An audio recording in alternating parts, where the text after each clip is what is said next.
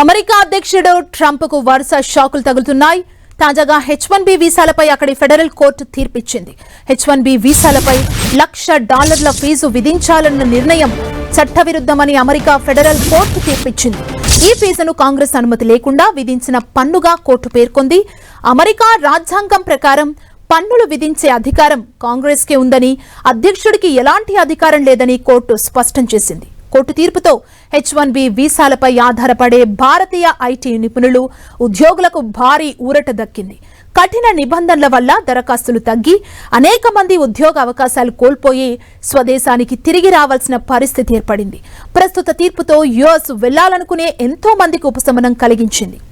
మరోవైపు ట్రంప్ ప్రభుత్వం మాత్రం ఈ నిర్ణయాన్ని సమర్థిస్తూ అమెరికా ఉద్యోగాలను రక్షించడమే లక్ష్యమని తెలిపింది. విదేశీ ఉద్యోగులు తక్కువ జీతాలతో అమెరికన్ ఉద్యోగులను భర్తీ చేస్తున్నారని, ముఖ్యంగా సాంకేతిక రంగాల్లో ఇది పెద్ద సమస్యగా మారిందని వాదించింది.